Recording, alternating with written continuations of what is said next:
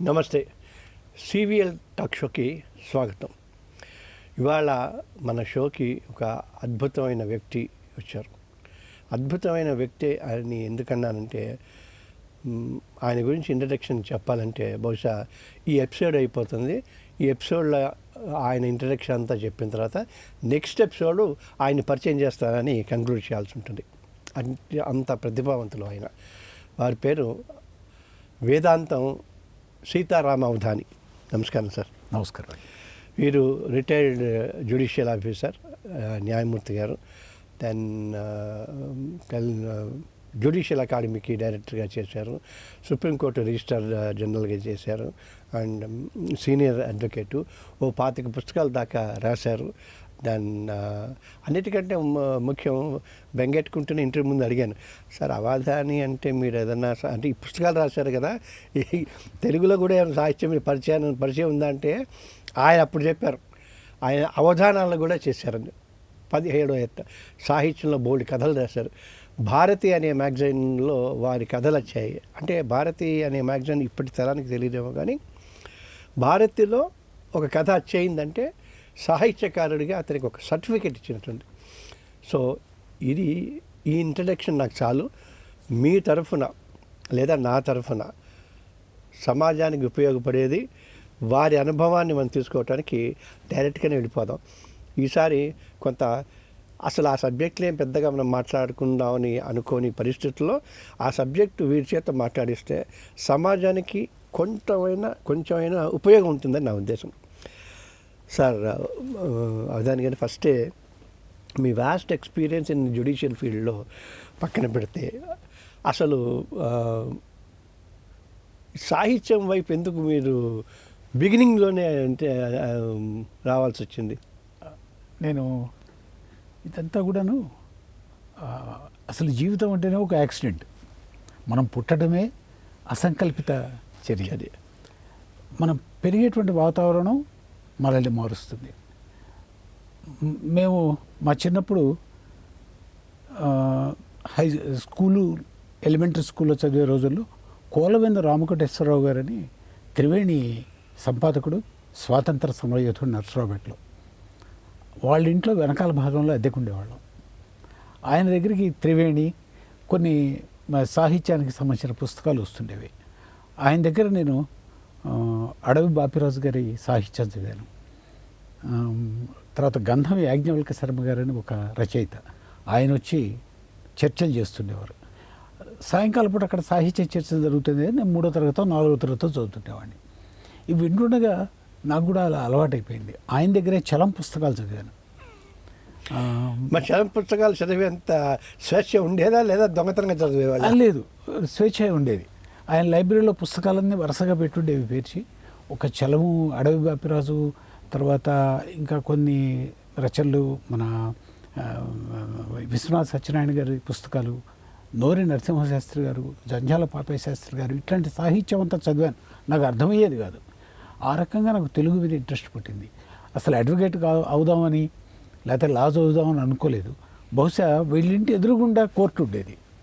ఆ రోజు ప్లేడర్లు, ఈ క్లయింట్స్ వాళ్ళని చూడటం వల్లేమో బీఎస్సీ అయిపోయిన తర్వాత ఎక్కడా సీట్ దొరకలేదంటే వెళ్ళి లాలో చేరదామని లాలో చేరాను. సో అందరూ అంతే, దేనికి పనికిపోయి ఇలా చేద్దాం. మీ సినిమా రంగంలో డాక్టర్గా పోయి యాక్ట్ అవుతా ఉన్నారు కదా, అలాగా నాకు వేరే ఎంబీబీఎస్లోనో ఎక్కడో సీటు దొరక్క ఇంకా వేరే చదువుకునేటువంటి స్కోప్ లేక వెళ్ళి లాలో చేరాను ఆంధ్ర యూనివర్సిటీలో. అనుకోకుండా లా మీద ఇంట్రెస్ట్ పెరిగింది.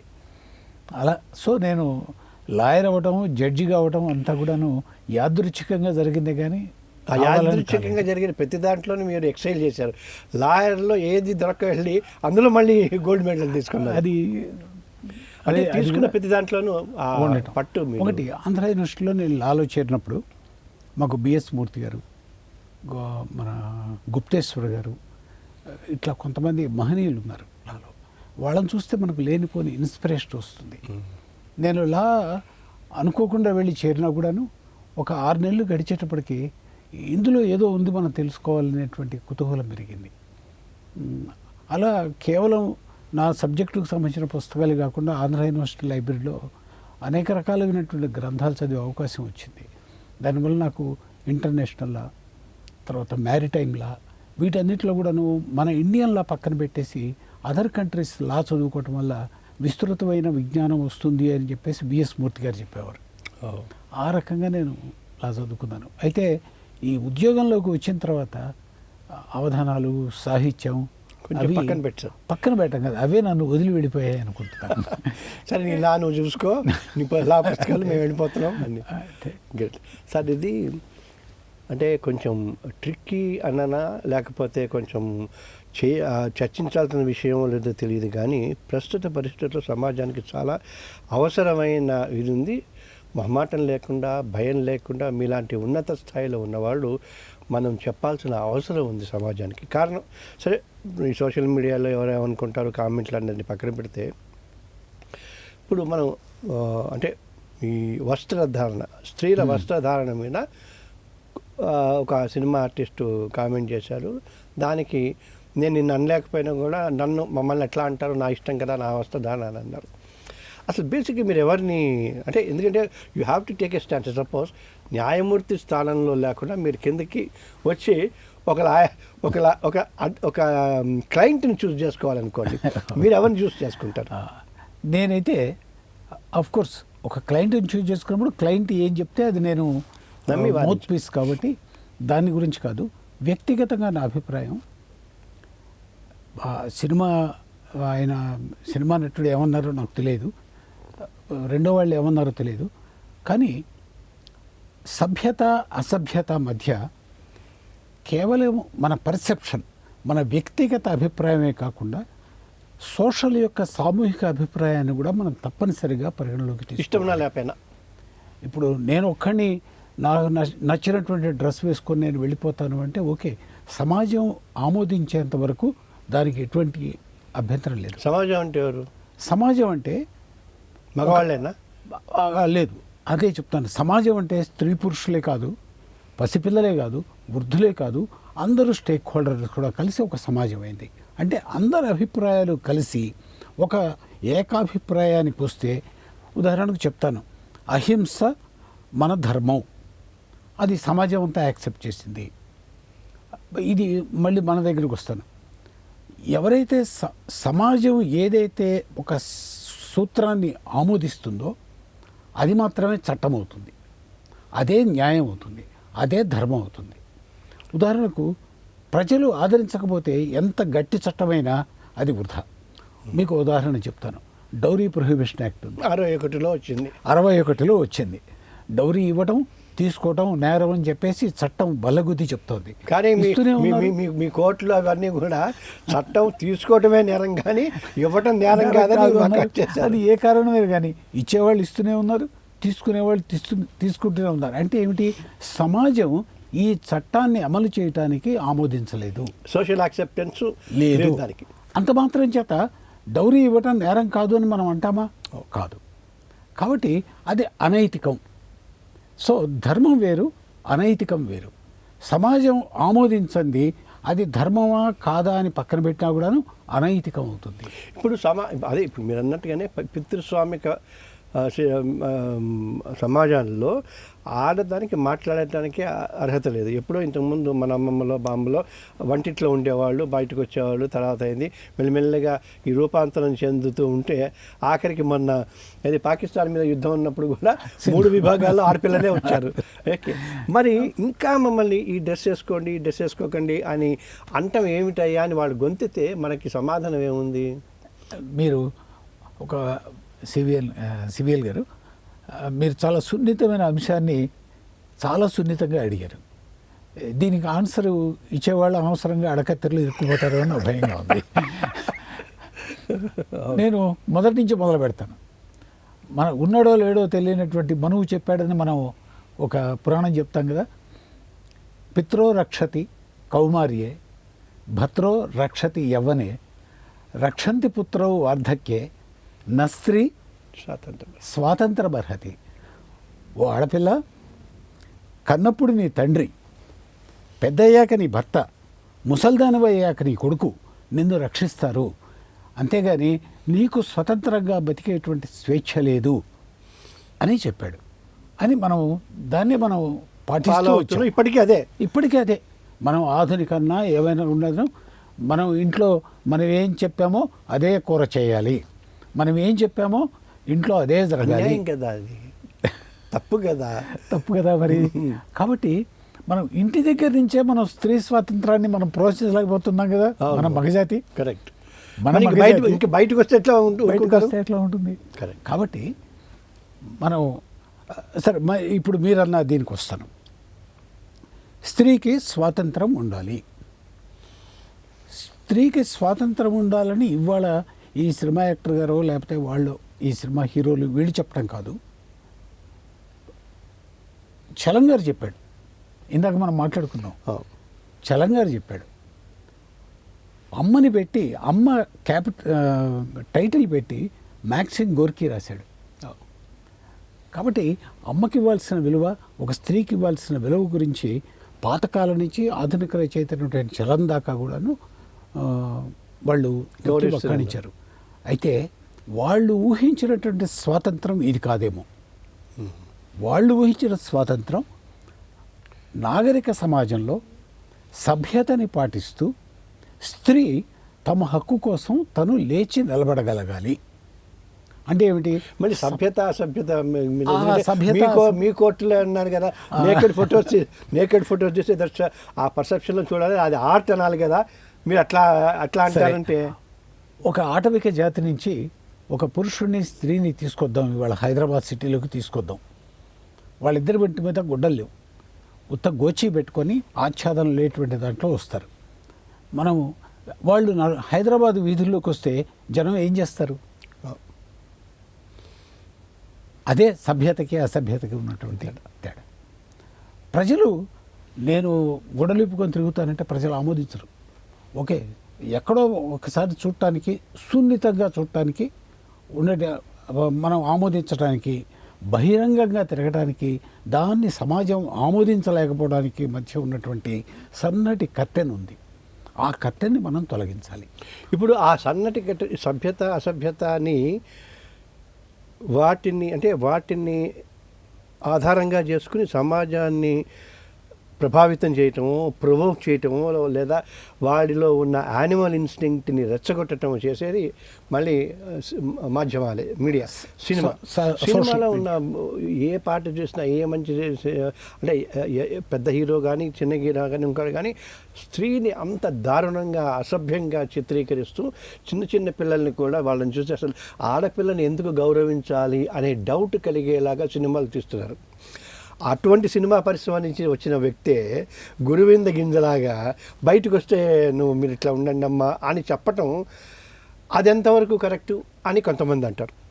కానీ స్త్రీ వాళ్ళు పర్సంటేజ్ తక్కువ. గమ్మత్ చూడండి, అమ్మాయిల్ని ట్రోల్ చేసి అమ్మాయిల మీద తిట్టి మళ్ళీ అమ్మాయిల్ని తిట్టడానికి వాళ్ళ అమ్మల్ని వాళ్ళని వీళ్ళని మళ్ళీ స్త్రీనే. ఇప్పుడు నాకు ఎప్పుడు డౌట్ ఒకటి వస్తుంది, స్త్రీని తిట్టడానికి స్త్రీ కాకుండా వేరే తిట్టి ఏదైనా కనిపెట్టారండి? ఏది కనిపెట్టలేదు.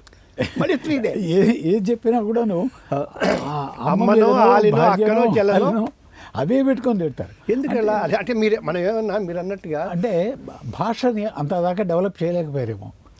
స్త్రీలింగం దగ్గరే భాషను ఆపేశారు. దాని మీద రీసెర్చ్ జరగలేదు. లేదా మా దాకా వస్తావా జాగ్రత్త అన్న ఆ మగ అహంకారం కావచ్చు. ఇప్పుడు సినిమాల్లో సరే ఏమవుతుందంటే, ఇప్పుడు అవసరం లేదు అంత పొల్యూట్ చేసిన. ఆ మధ్య మీకు గుర్తుందో లేదో, న్యూస్ టుడే వాళ్ళు కొన్ని సర్వే చేస్తే సినిమాలే విలన్ అని వచ్చాయి. కొన్నిసార్లు మీకు గుర్తుంది, ఒక 5-6 చోట్ల వరుసగా 2-3 నెలల్లో బ్లేడ్ పెట్టి గొంతుకొచ్చారు. అవును. ఏంటంటే సినిమాలు చూసి చేసామండి అని చెప్పారు. సినిమాలు చూసి 10వ క్లాస్ పిల్లలు పారిపోయామని చెప్పారు. ఒకటి ఇది మ్యూచువల్ ఇదండి.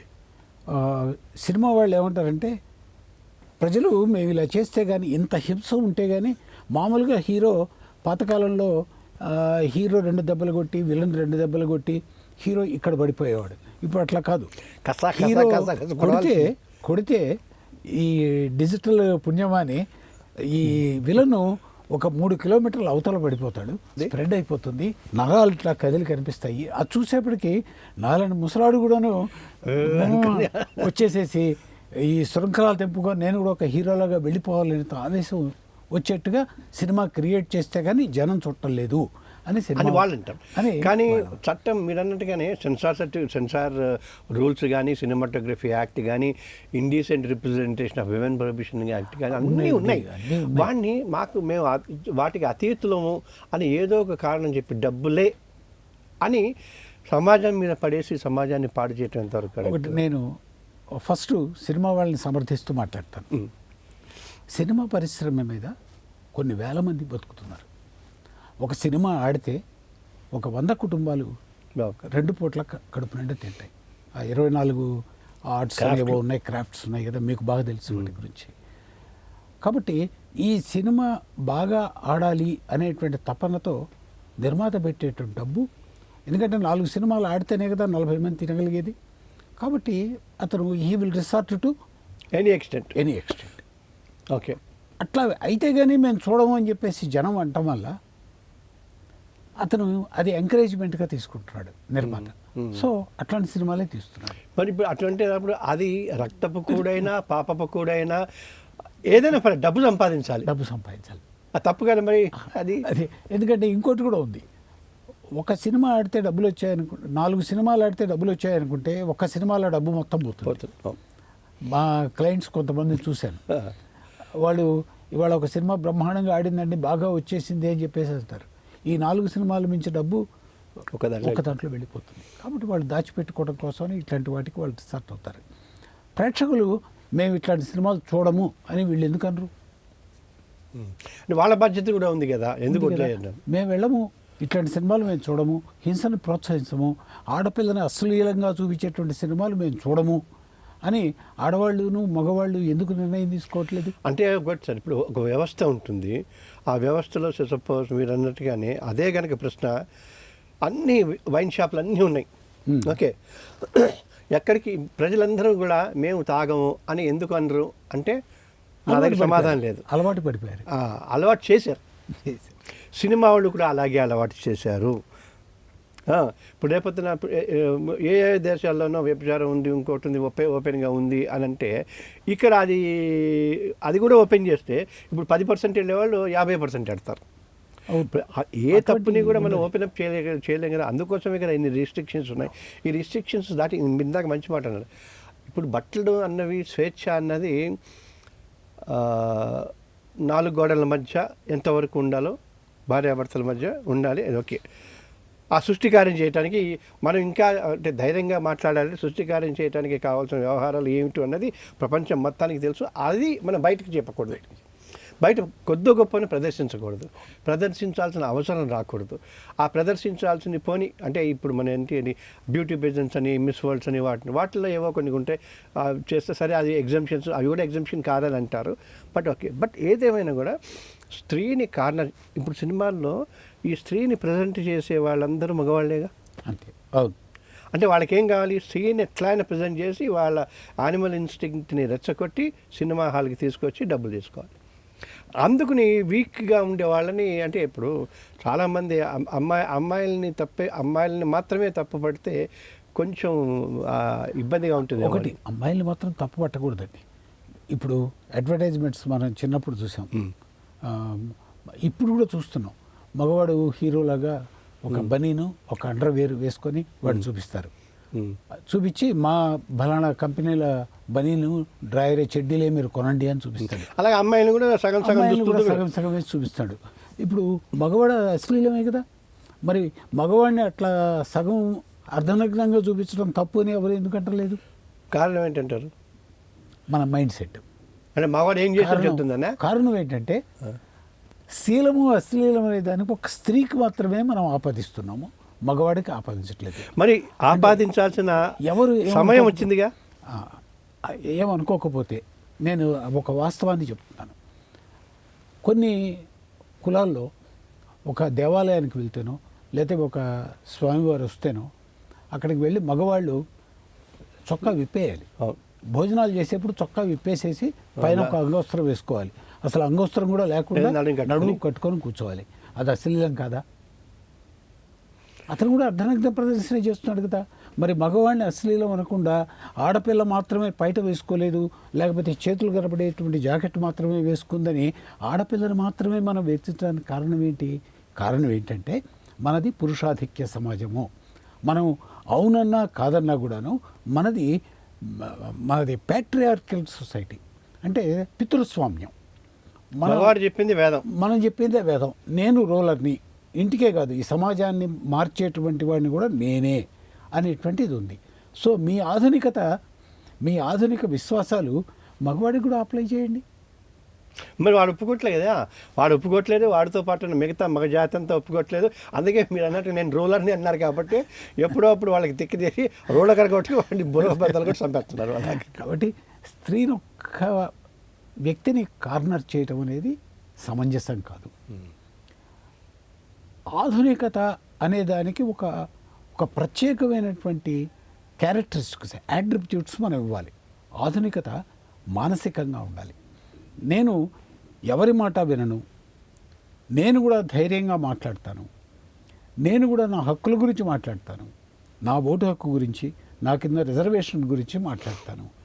ఇవి హక్కులు బాధ్యతల గురించి గర్వంగా ధైర్యంగా మాట్లాడగటం అనేది నాకేమనిపిస్తుందంటే మీరు అన్నది కరెక్ట్. ఇప్పుడు ప్రకృతి పురుషుడు అంటారు, స్త్రీని నేచర్గా అంత ఉన్నతంగా మనం పెట్టాం. పురుషుడు చేయలేని పనులు స్త్రీ మాత్రమే చేయగలరు.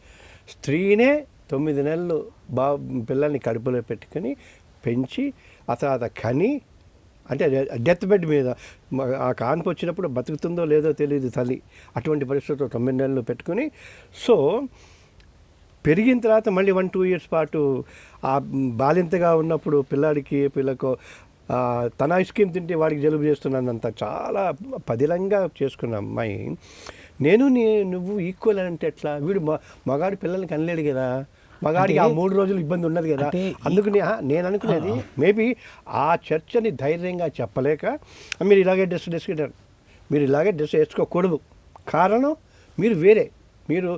మనం పితృస్వామిక పద్ధతిలో ఉన్నా, మనం మరణించడం అనుకుంటున్నా మానసికంగా బలహీనమని నేను అనుకుంటాను. అంతెందుకు NCRB national crime records bureau ప్రకారము పెళ్ళైన వాళ్ళల్లో ఎక్కువ మంది మగవాళ్ళు హార్ట్ అటాక్తో చచ్చిపోతున్నారు లేదా సూసైడ్ చేసుకుంటున్నారు. సార్, ఈ ఇష్యూ మీద అంటే స్త్రీలు పురుషులు వాళ్ళ స్వేచ్ఛ మీద మీ ఒపీనియన్ ఏంటి ఫైనల్గా? స్త్రీ పురుషులు ఇద్దరికీ కూడాను స్వేచ్ఛ ఉండాలి. స్వేచ్ఛ ఇన్ టర్మ్స్ ఆఫ్ లిబర్టీ. స్వేచ్ఛ అనేది మనిషిగా బతకడానికి కావాల్సినంత వరకు హక్కులు, ధర్మం ఇవన్నీ సాధించుకోవటం. అంతేగాని నువ్వెక్కువ నేనెక్కువ అనేది కాదు, ఇద్దరూ ఈక్వలే. స్వేచ్ఛ అనేది కొన్ని కట్టుబాట్లకి, మనం ప్రవర్తిస్తున్నటువంటి, మనం నడుస్తున్నటువంటి సమాజ ధర్మానికి అనుగుణంగా ఉండాలి. 10 మంది ఒక రోడ్డున వెళ్తుంటే నేను ఒక్కడిని ఒక రోడ్డున వెళ్ళటం అనేది సమాజం ఒప్పుకోదు. కాబట్టి సమాజం ఆమోదించినటువంటి స్వేచ్ఛ మనం అందరం అనుభవించాలి. ఇప్పుడు మనం ఇందాక మీరు అడిగిన ప్రశ్న వస్తాం. వస్త్రధారణ సంప్రదాయానికి అనుగుణంగానే ఉండాలి.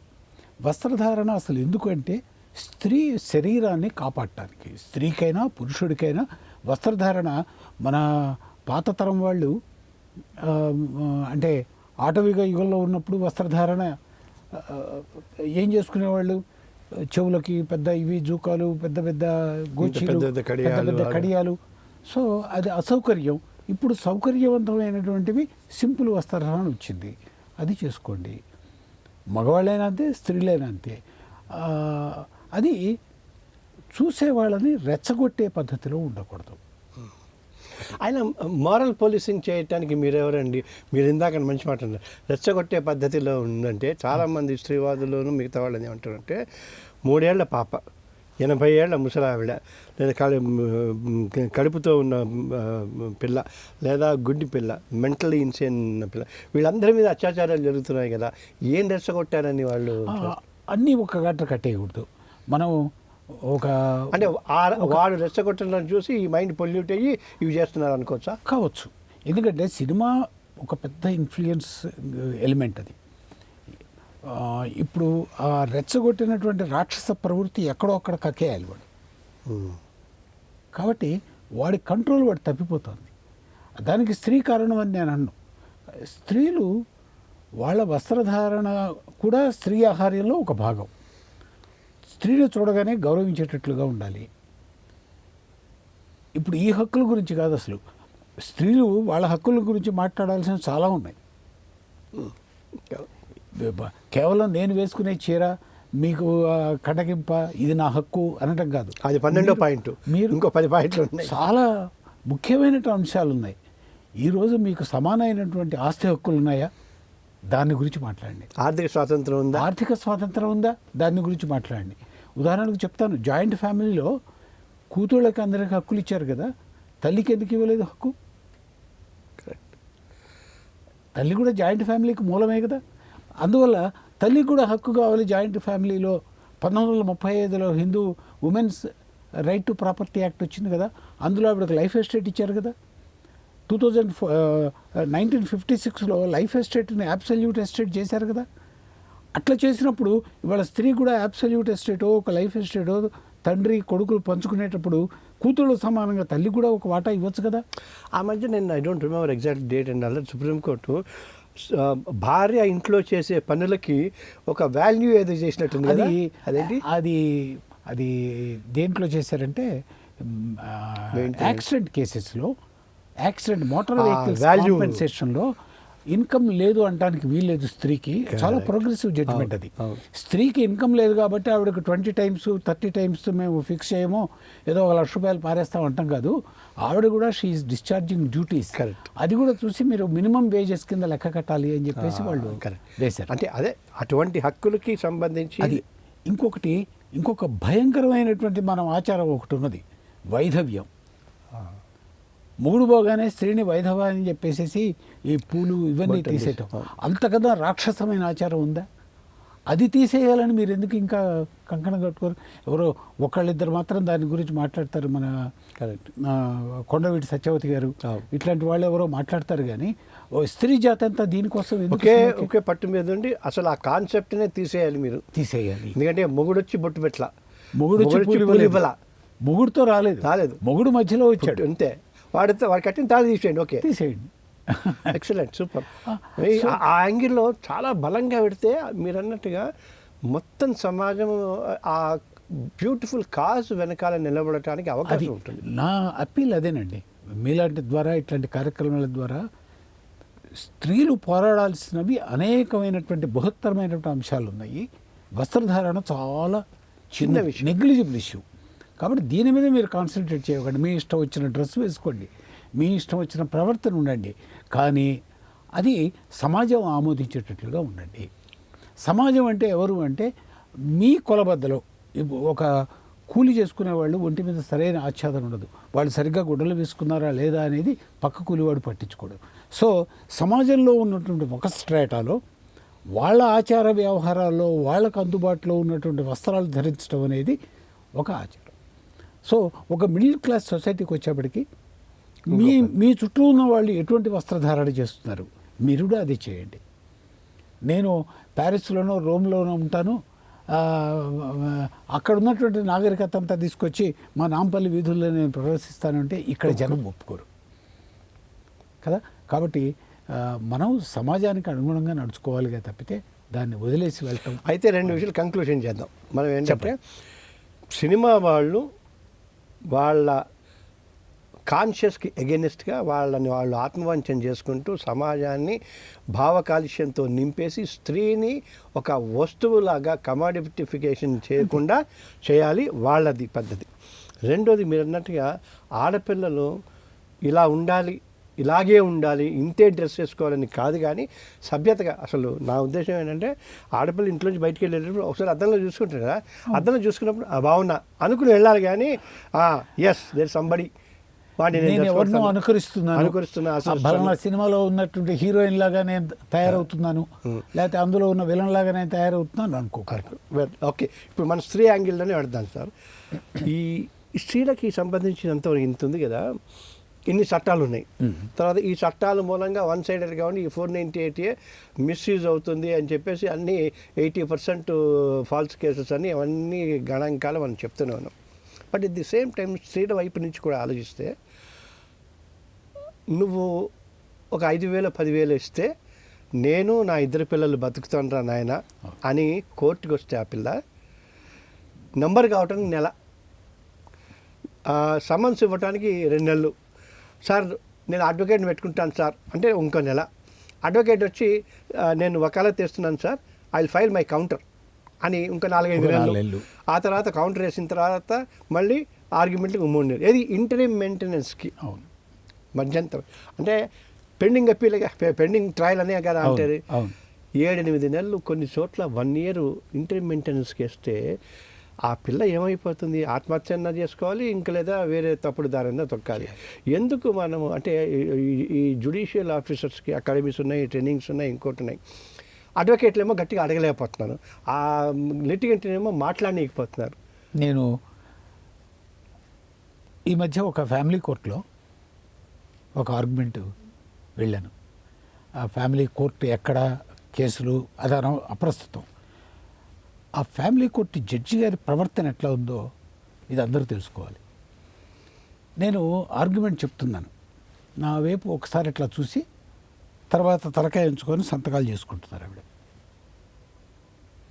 నేను చెప్తాను, సత్య కేసులో అమెరికా కోర్టు ఇచ్చినటువంటి డిగ్రీ ఇండియాలో కాదు, దీనికోసం వేరే వేసుకోవాలి. సో ఫారిన్ కోర్టు డిగ్రీ ఎంతవరకు పనికొస్తుందని సెక్షను చదువుతున్నాను. ఆవిడ ఇంకా సిపిసిది సెక్షన్ చూస్తుందేమో అనుకున్నాను. పక్కన క్లర్క్ ఇచ్చినటువంటి రికార్డ్ తీసుకొని కరెక్షన్స్ చేసుకుంటాను. నేను ఆపేశాను. నా వైపు మళ్ళీ చూసి చెప్పండి అన్నట్టుగా మళ్ళీ మొదలుపెట్టాను. మళ్ళీ అదే పరిస్థితి.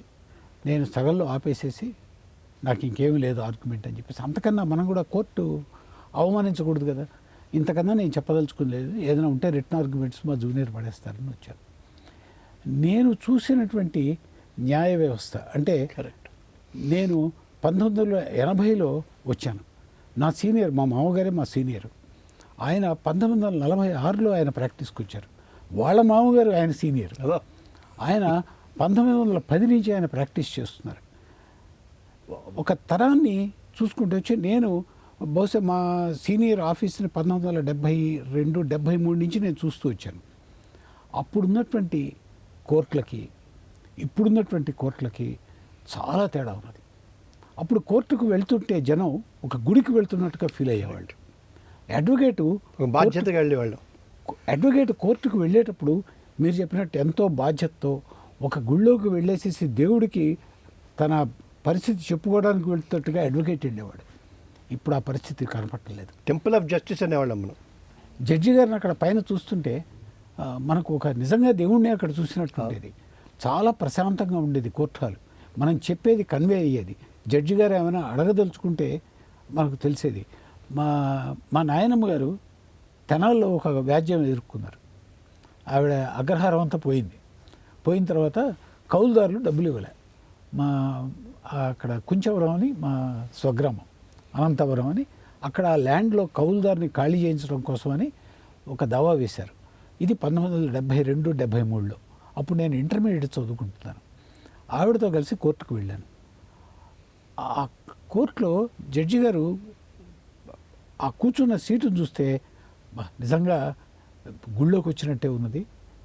జడ్జి గారికి ఏం చెప్పుకున్నా కూడా మనకు అవుతాయి అనేటువంటి ధైర్యం వచ్చింది. 1980లో మొట్టమొదటిసారి కోర్టులోకి అడుగుపెట్టాను. 72కి 80కి జడ్జి గారిలో ఆ కోర్టు హాల్లో ఉండేటువంటి వాతావరణంలో నాకు తేడా కనిపించింది. ఇప్పుడు నేను మళ్ళీ అడ్వకేట్గా నేను కోర్టులోకి వెళ్తున్నాను. అస్సలు పొంతనే కనపట్టలేదు. ఒక షాపింగ్ కాంప్లెక్స్కి వెళ్ళినట్టుగా ఫీలింగ్ వస్తుంది.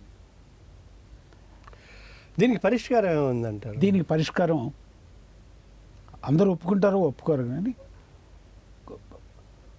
మధ్యవర్తిత్వం. నాకు 38 ఏళ్ళు ఒక జ్యుడిషియల్ ఆఫీసర్గా, అంటే జూనియర్ సివిల్ జడ్జి, ఇప్పుడు మా రోజుల్లో డిస్ట్రిక్ట్ మున్సిఫ్ అనేవాళ్ళు. అక్కడి నుంచి అత్యున్నత న్యాయస్థానం దాకా అనేక హోదాల్లో నేను చూశాను. ఒక 4 ఏళ్ల పాటు జడ్జీలకు డైరెక్టర్ ఆఫ్ జ్యుడిషియల్ అకాడమీగా ఉండి పాఠాలు చెప్పాను. నేను వాళ్ళతో ఏమనేవాడినంటే, జడ్జిగా కాకుండా ముఖ్యంగా ఫ్యామిలీ మ్యాటర్స్లో ఇంటి పెద్దగా ఆలోచించాలి. కొడుకు కోడలు కొట్టుకుంటే మామగారు మధ్యవర్తిగా ఉండి ఎట్లా పరిష్కారం చేస్తాడు, ఒక తండ్రి ఎట్లా పరిష్కారం చేస్తాడో ఆ రకంగా చేయండి. మీరు మధ్యవర్తిత్వానికి వీళ్ళిద్దరినీ పంపించండి. మీరుండద్దు, ఇద్దరు ఒక సోషల్ వర్కరు లేకపోతే వాళ్ళని ఉంది కదా, హిందూ మ్యారేజ్ యాక్ట్లో కన్సిలియేషన్ ప్రొసీడింగ్స్ ఉంది. ఈ కన్సిలియేషన్ ఎట్లా జరుగుతుంది? భార్యని భర్తని కోర్టులో ఇంట్లోకి పిలుస్తారు. అమ్మా రాజీ పడతారా? రాజీ పడను సార్, అయితే పోండి, కన్సిలియేషన్ ఫెయిల్డ్. ఇది కాదు కన్సిలియేషన్ అంటే. వాళ్ళని కూర్చోబెట్టి విడాకులు తీసుకోవటం వల్ల, భార్యాభర్త కొట్టుకోవటం వల్ల వచ్చేటువంటి పర్యవసానాలు ఏమిటి, వాళ్ళ జీవితం ఏ రకంగా నాశనం అవుతుంది, వాళ్ళ పిల్లల జీవితం ఏ రకంగా నాశనం అవుతుంది, ఇవి వాళ్ళకు నచ్చజెప్పి ఈ 2 కుటుంబాల మధ్య సయోధ్య కుదర్చడానికి జడ్జి గారు ప్రయత్నం చేయాలి. అంత టైం మాకెక్కడుందండి?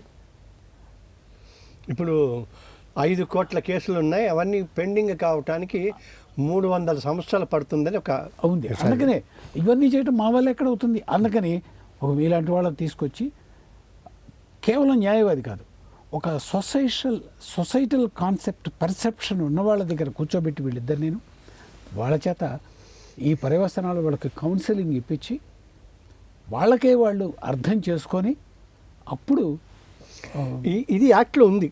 నేనేమంటున్నా, ఇది జరగట్లా, ఇది యాక్ట్లో ఉంది. యాక్ట్ చదువుకోవాలా ఫ్యామిలీ కోర్టు వాళ్ళు? చదువుకోకపోతే వాళ్ళకేంటి, డిమోట్ చేయొచ్చా వాళ్ళని? అంటే నేను కొన్ని చూశాను.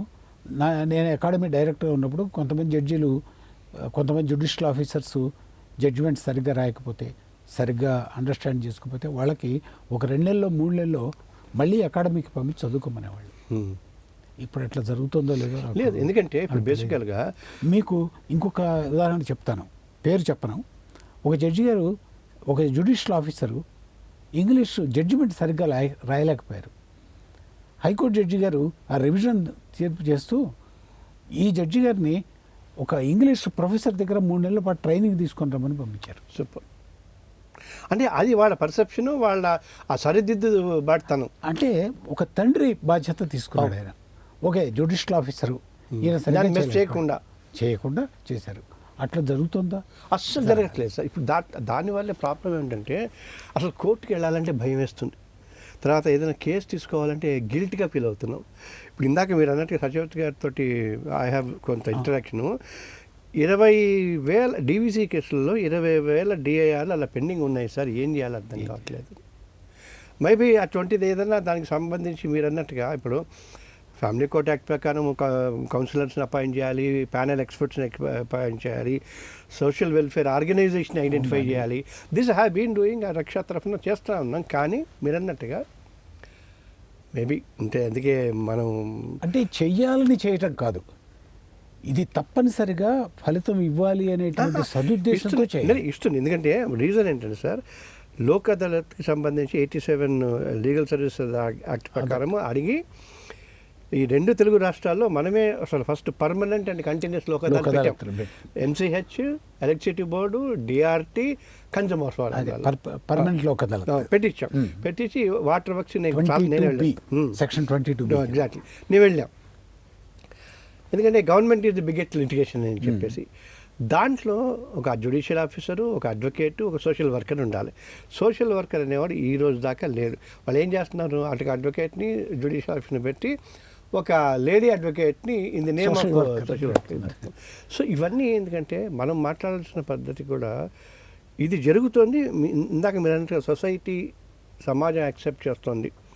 మీరు యాక్సెప్ట్ చేయకండి, మీరు రండి, ప్రశ్నించండి.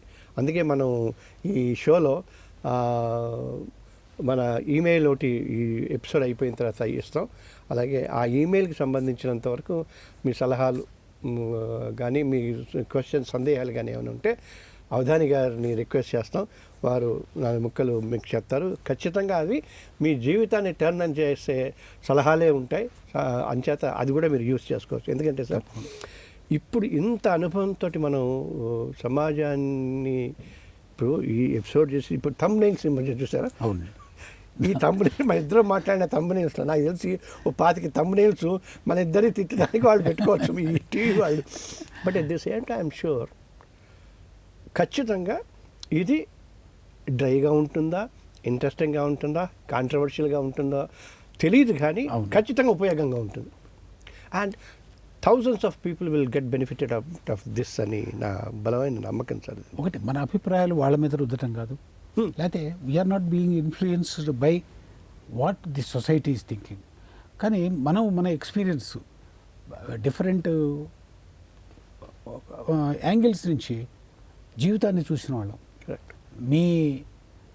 మీ స్థాయిలో మీరు, నా వైపు నుంచి నేను, మన ఇద్దరం జీవితాన్ని చాలా వైపుల నుంచి చూసాం. ఇప్పుడున్న వాళ్ళకి ఇందులో ఉన్నటువంటి సారాన్ని చెప్పడం మన బాధ్యత. కరెక్ట్. మన ఇద్దరమే కాకుండా మన ఏజ్ గ్రూప్లో ఉన్న చాలామంది బాధ్యత అవును. ఇది ఇట్లా ఉండాలి అని చెప్తే ఈ నాగరికత శాఖోపశాఖలుగా రావాలి, కానీ వెర్రితలలు వేయకూడదు. ఎగ్జాక్ట్లీ. వేయకూడదు. స్వేచ్ఛ కావాలి, అది అంతులేని స్వేచ్ఛ కాకూడదు, బరితెగింపు కాకూడదు. అదే కరెక్ట్గా చెప్పారు మీరు. స్వేచ్ఛకి బరితెగింపుకి మధ్య తేడా ఉంది. సో మనకు స్వేచ్ఛ కావాలి. ఆ స్వేచ్ఛ కొన్ని కట్టుబాట్లకి, మన ఆచార వ్యవహారాలకి లోనయ్యి ఉండాలి. అందరూ ఆదరించేటట్లుగా ఉండాలి. మిమ్మల్ని చూసి ఇంకొకళ్ళు కూడా నేర్చుకోవాలి, ఇన్స్పైర్ అవ్వాలి. మీరు చేయాల్సినటువంటి పని ఏమిటంటే ఈ చిన్న చిన్న ఇష్యూస్ గురించి కాకుండా బృహత్తరమైనటువంటి పెద్ద ఇష్యూస్ గురించి మీరు పోట్లాడాలి. అసలు కాదు సార్, ధర్మము, సంప్రదాయము, దేశము అంటేనే విరుచుకుపడుతుంటే మరి దానికి మన సమాధానం ఎలా ఉండాలంటారు? ఒకటి ధర్మం అంటే కట్టుబాటు, ఒక డిసిప్లిన్. మన డిసిప్లిన్ ఏంటి? Indian constitution. Indian constitution law కాదు. ఒక భారతీయ పౌరుడిగా మనం ఏ రకంగా ఉండాలి, ఏ రకంగా జీవించాలి, ప్రభుత్వం మనకి ఏం చేయాలి, మనం ప్రభుత్వాన్ని ఏం డిమాండ్ చేయాలి అనేది కాన్స్టిట్యూషన్. మన ఒక మెమరాండమ్ ఆఫ్ అసోసియేషన్. కాన్స్టిట్యూషను మనకు ఒక డిసిప్లిన్ ప్రోటోకాల్. అట్లాగే ఒక ఇంటికి ఒక ప్రోటోకాల్ ఉంటుంది, ఒక వీధికి ఒక ప్రోటోకాల్ ఉంటుంది, ఒక సమాజానికి ఒక ప్రోటోకాల్ ఉంటుంది. ఇట్లా 10 వీధులు కలిస్తే ఒక సమాజం అయిపోతున్నాయి. వీళ్ళందరూ ఆదరించేటువంటి ధర్మం ఏంటో అది మీరు తప్పనిసరిగా ఆదరించాలి. దాన్ని తప్పి పడితే మీరు ఆ సమాజంలోంచి వేరైపోతారు. ఉదాహరణకు ఈ మా పాత సంఘాలు కొన్ని ట్రైబల్స్లో కొన్ని కట్టుబాట్లు ఉంటాయి. ఆ 10 కుటుంబాల మధ్య ఉన్నటువంటి కట్టుబాటుని ఎవరైనా ఉల్లంఘిస్తే నిర్దాక్షిణ్యంగా వెలేస్తారు. ఎందుకు వచ్చింది ఆ కట్టుబాటు? To inculcate a discipline into the life of an individual. మనం ఒక్కళ్ళ సమాజాన్ని కాదని ఒక్కడు కూడా బతకలేడు. ఆ ఒక్కడు కూడా సమాజంలో పార్టే. అందుకే ఇంత గొడవ. కాబట్టి అది వస్త్రధారణ కావచ్చు, మనం తినే తిండి కావచ్చు, ఏదైనా కూడాను అందరూ ఆదరించిందే మనం చేసుకోవాలి. అంటే మీరు అన్నట్టుగా ఇప్పుడు నా ఇష్టం అంటే హిమాలయాల్లోకో దండకారణ్యంలోకి వెళ్ళాలి, కానీ సమాజంలో భాగం అవుతూ నేను ఉండను అంటే కుదరదు. మీరు చెప్పిన ఉదాహరణ కుదరదు సార్. ఇంకోటి, ఈ అందరూ కూడా ఫండమెంటల్ రైట్స్, ప్రాథమిక హక్కులు అంటారు, కానీ బాధ్యతలు, డైరెక్టివ్ ప్రిన్సిపల్స్ అని ఎవ్వడూ మాట్లాడలేదు. గవర్నమెంట్ కూడా మాట్లాడదు. అందుకనే ఫండమెంటల్ రైట్స్ ఇచ్చారు, ఫండమెంటల్ డ్యూటీస్. ఆ డ్యూటీస్ ఏంటి సార్ బేసికల్గా? ఫండమెంటల్ డ్యూటీస్ మన కాన్స్టిట్యూషన్లో చెప్పారు. వాళ్ళు ఏంటంటే రైట్ టు ఎడ్యుకేషన్, ఇవన్నీ ఒకప్పుడు ఉండేవి. తర్వాత right to education is also fundamental right అని సుప్రీంకోర్టు చెప్పింది. Right to food, right to natural resources, right to share the natural resources, తర్వాత right to enforce the democracy in a proper way. ఇవన్నీ కూడాను వాళ్ళ డ్యూటీస్. వాళ్ళ duties అనేవి government చేయాలంటే అవి కొన్ని షరతులకు లోబడి ఉంటాయి. మన ఫండమెంటల్ రైట్స్ మాత్రం మనం ఎన్ఫోర్స్ చేస్తాం. ఫండమెంటల్ డ్యూటీస్ గవర్నమెంట్కి ఇచ్చారు, మనకు చెప్పలేదు. కాబట్టి నేను చెప్పేది ఏంటంటే, నాకు రైట్ టు లివ్ ఉన్నది. It is my fundamental right, and my fundamental duty is not to abrogate your right to life. Correct. నా జీవించే హక్కును నేను ఏ రకంగా ఎన్ఫోర్స్ చేయగలుగుతానో ప్రాథమిక హక్కుగా, సివిఎల్ గారి జీవించే హక్కుని కూడా నేను గౌరవించాలి. అప్పుడు హార్మనీ ఉంటుంది. ఉంటుంది. మీరు వస్త్రధారణ ఏదైనా చేసుకోండి, అది మీ హక్కు, మీ ప్రాథమిక హక్కు. కానీ చూడటం నాకు అసభ్యంగా ఉంటుంది. మీరు నా ప్రాథమిక హక్కును గౌరవించండి, సమాజం యొక్క ప్రాథమిక హక్కును మీరు గౌరవించండి. అది కాబట్టి ఇదంతా కూడాను మన కోహెరెన్స్, ఒకళ్ళకి లీవ్ లాగా ఉండాలి, గివ్ అండ్ టేక్ లీవ్ లాగా ఉండండి. ఒకళ్ళని గౌరవించుకుంటూ ఉంటే అది మ్యూచువల్ రెస్పెక్ట్, కోఆర్డినేషన్, తర్వాత అంటే మ్యూచువల్ అండర్స్టాండింగ్. భార్యాభర్త ఒకళ్ళనొకళ్ళు అర్థం చేసుకుంటే కాపురం సజావుగా సాగుతుంది. ఒకళ్ళనొకళ్ళు ఎప్పుడు అనుమానించుకుంటారు అనుకోండి, అది కాపురం కాదుగా కొల్లేరవుతుంది. అంతే సార్. మీరు సమాజంలో అంటే ప్రజలకి ఎక్కువ బాధ్యత ఇస్తారా, వ్యవస్థలకి ఎక్కువ బాధ్యత ఇస్తారా? సార్, వ్యవస్థ అంటే ప్రజలే కదా. ఎట్లా అవుతుంది? ప్రజలు కాన్స్టిట్యూట్ చేసిందే వ్యవస్థ, ప్రజలు అని ఓటేసింది. అదే కాబట్టి మనం ఎన్నుకునేటప్పుడు అట్లాంటి వాళ్ళు ఎన్నుకుంటున్నాం మనం. అంటే మళ్ళీ మొత్తం బాధ్యత అట్లాంటి వాళ్ళు ఇట్లా ఉంటారు మాకు తెలియదుగా, మంచివాడు అనుకుని ఎన్నుకుంటాం. సార్, ఎప్పుడు కూడాను ఎక్స్ వై తప్పితే ఒక ఎక్స్ కుటుంబమో ఒక వై కుటుంబమో, లేకపోతే ఒక ఎక్సో ఒక వైయో, కాకపోతే ఎప్పుడైనా మైనారిటీ నుంచి ఒక జడ్డు, ఆయనకు ఓట్లు రావు, ఒక జడ్డు ఎప్పుడు నేనున్నానని నిలబడుతూ ఉంటాడు. కానీ అధికార పంపిణీ ఈ మన 70 ఏళ్ళు పైబడిన ప్రజాస్వామ్యంలో ఏదో ఒక ఇద్దరు పార్టీల మధ్య లేదా ఒక ఇద్దరు కుటుంబాల మధ్యనే జరుగుతూ వచ్చింది కదా. మన అదృష్టం బాగుండి ఈ మధ్య ఈ 10 ఏళ్ల నుంచి కొంత డెవలప్మెంట్ దేశాన్ని గురించి ఆలోచించాం. కాబట్టి మనకు వేరే ఆప్షన్ లేదు. బందిపోట, గజ దొంగ, వీళ్ళిద్దరిలో ఎవరో ఒకళ్ళు మన చాయిస్. సో ఈసారి వీడిని అనుకుంటాం. రెండోది, మనం లంచాలు తీసుకోవడానికి అలవాటు పడ్డాం. కరెక్ట్. చీరలు పంచుతున్నారు, వృద్ధాప్య పెన్షన్లను పంచుతున్నారు, లేకపోతే గర్భిణీ స్త్రీలకైనా పంచుతున్నారు. దీనికి ఒక ముఖ్యమంత్రి గారి పేరో ఒక ప్రధానమంత్రి గారి పేరో పెడతారు. ఇది ఎవరి డబ్బు అండి? మన డబ్బే. మన డబ్బే కదా. ఇదివరకు ఇంటికి వచ్చి ఓటుకు 10 రూపాయలు ఇచ్చేవాళ్ళు ఇవాళ ప్రజల డబ్బుని పబ్లిక్గా తాయిలాల రూపంలో పంచిపెడుతున్నారు. కాబట్టి ఇవాళ ఈ సంవత్సరం ఉన్నటువంటి ముఖ్యమంత్రి గారు మాకు ఇంత పంచిపెట్టాడు కాబట్టి ఈ ముఖ్యమంత్రి గారికి ఓటు వేయాలి నెక్స్ట్ ఇయర్. కానీ మన ప్రజలు తెలివి మీరారు. ఈ సంవత్సరంతో వీళ్ళు వాడుకుంటారు, వచ్చే ఆపర్చునిటీ ఇస్తారు, ఆయన కొత్త పథకాలు ఇస్తారు కదా. కాబట్టి ఎప్పుడు మనం తాయిలాలకు అలవాటు పడే బలహీనత మనలో వచ్చిందో we cannot expect a good governance. మరి ప్రజల్ని అవేర్ చేసేవాళ్ళు ఎవరు? ప్రజల్ని అవేర్ చేసేవాళ్ళు ఉన్నారు కానీ వాళ్ళకి ఓట్లు వేయట్లేదుగా మేము. ఎందుకంటే ప్రజల్ని అవేర్ చేసేవాడు ఒక మైక్ పట్టుకుని ఒక సైకిల్ మీద తిరుగుతాడు, కాళ్ళకు చెప్పులు లేకుండా తిరుగుతాడు, లేకపోతే ఎక్కడో అడవుల్లో కూర్చుంటాడు. ఆయన ప్రజల్లోకి ఎట్లా వెళ్తాడు? ఆయన చుట్టూతో జనం ఉండరు. ఇప్పుడు ఉదాహరణకు మీ వైపు నుంచి చూద్దాం, ఆర్ నారాయణమూర్తి గారు ఉన్నారు. ఆయన సినిమాలు ఎంతమంది చూస్తున్నారు? చూసిన వాళ్ళు ఓకే ఆర్ నారాయణమూర్తి గారు బ్రహ్మాండంగా తీస్తున్నారు ప్రజల కోసం అని చెప్పేసి తీస్తున్నారు. కానీ అది ఎవరు ఫాలో అవుతున్నారు? బాక్స్ ఆఫీస్ దగ్గర 50 కోట్లు 1000 కోట్లు రావు కదా మరి. కాబట్టి ఆయనకి ఓట్లు లేకపోయినా ఆయన ఆదరిస్తారు. అందుకనే కమ్యూనిస్ట్ సభలకు చూడండి, విపరీతంగా జనం వస్తారు. ఈ సభలో జనాన్ని చూస్తే ఇంకా రేపు అసలు మిగతా గవర్నమెంట్లు రావు అని అనుకుంటారు, కానీ వీళ్ళకు డిపాజిట్లు కూడా రావు. సో మనం తాయిలాలకి ఉచితాలకి అలవాటు పడ్డాం. మన గవర్నమెంట్లు మనకు అలవాటు చేశాయి, మనం కూడా వాళ్ళకి అట్లాగే అలవాటు చేశాము. కాబట్టి we cannot expect a good governance. Sir, మీ మాటలు వింటుంటే నాకే కాదు మా ప్రేక్షకులు కూడా 2 అభిప్రాయాలు వస్తున్నాయి సార్. ఒకటి బోల్డ్ అంత ఆశ, ఇన్స్పిరేషను ఒకటి, ఇంకోవైపు అమ్మో ఏం చేస్తే సరే సార్ మీరు టైం ఇచ్చినందుకు నమస్కారం అని చెప్పి వెళ్ళిపోదాం అనిపిస్తుంది. ఏది మీరు మమ్మల్ని సార్ నేను అదేంటి ఎలా తీసుకెళ్తారు? మమ్మల్ని పోరాడాలండి, ఫైట్ చేయాలి. ఇప్పుడు మీరు పరాయి దేశాల్లో చూశారు, న్యూ జెన్ డెవలప్మెంట్స్ వస్తున్నాయి. మన పొరుగు దేశాల్లో న్యూ జనరేషన్ యువకులు వచ్చి పోరాడుతున్నారు. ఒక దేశంలో ప్రభుత్వం కూలిపోయింది, మన పక్క దేశంలో, ఇంకో పక్క దేశంలో కూడా అట్లాగే ఆందోళనలు జరుగుతున్నాయి. కాబట్టి యువతరం ఇవాళ ఆఫ్టర్ ఆల్ మన తరం గడిచిపోయింది, మన తరం, మన ముందు తరం, మన తర్వాత ఒక తరం, అందరం 70 ఏళ్ళు దాటిపోతున్నాం. కాబట్టి ఇంకా దేశాన్ని వాళ్ళు తీసుకుంటారు వాళ్ళ చేతుల్లో. కాబట్టి ఏ రకంగా దేశం కావాలనేది ఆలోచించుకునేది వాళ్ళు ఫైట్ చేయాలి, ఫైట్ చేస్తారు.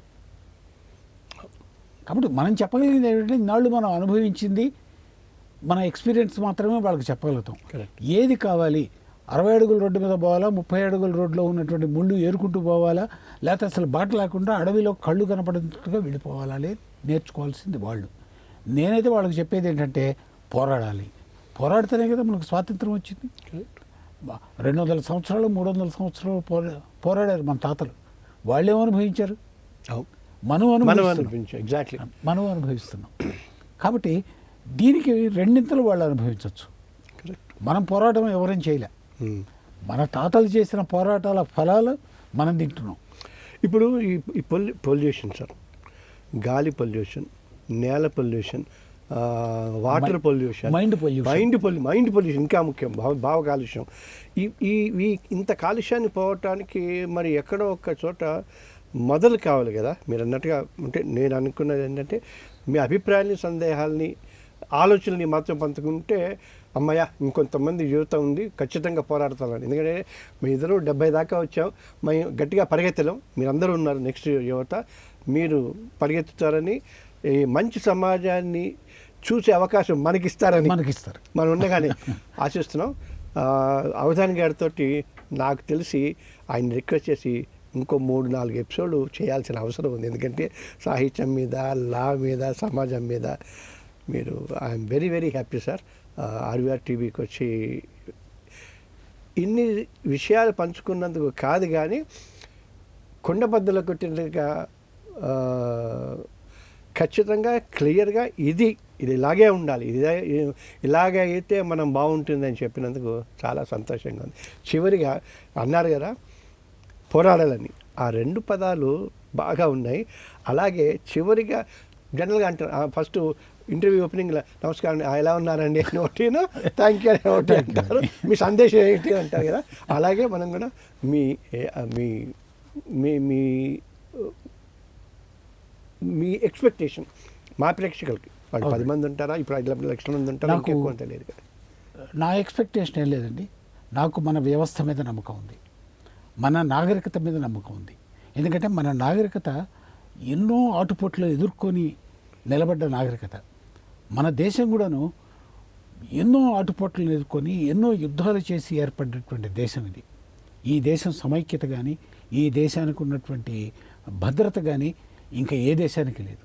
ఇక్కడ ఉన్నటువంటి స్వేచ్ఛ స్వాతంత్రాలు మనకు ఎక్కడా లేవు. కాబట్టి ఈ స్వేచ్ఛని మీరు ఉపయోగించుకోండి, నిరుపయోగం చేసుకోవద్దు. అంతకన్నా అంతే కరెక్ట్. అంతకని దిస్ ఇస్ మ్యాక్సిమం. అంటే ఇది పుణ్యభూమి, కర్మభూమి, ఈ దేశంలో పుట్టడమే అదృష్టం. మన వ్యవస్థ మీద నమ్మకం ఉంచుకోండి, నమ్మకం అంతే. దీన్ని ముందుకు తీసుకెళ్ళాలి. Thank you sir. నమస్కారం.